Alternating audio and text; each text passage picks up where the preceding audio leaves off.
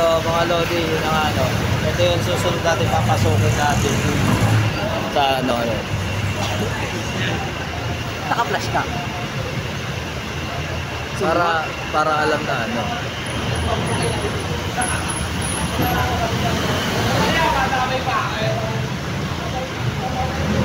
Yan yung susunod natin papasukin mga lods. Try muna natin daw pagpaalam sa kapitan ng barangay dito. Yung sinasabi ng caller dito, may nakikita nga daw talaga ditong babaeng naglalakad-lakad. Sinasabi mo ba may third eye ganyan? Hindi. Hindi yung sinasabi.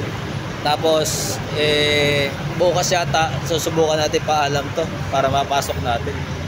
Grabe guys, creepy talaga yung lugar na yan. Dating ano yan, bako yan.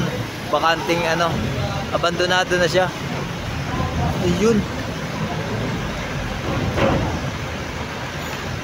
Gagyan yun. Saan?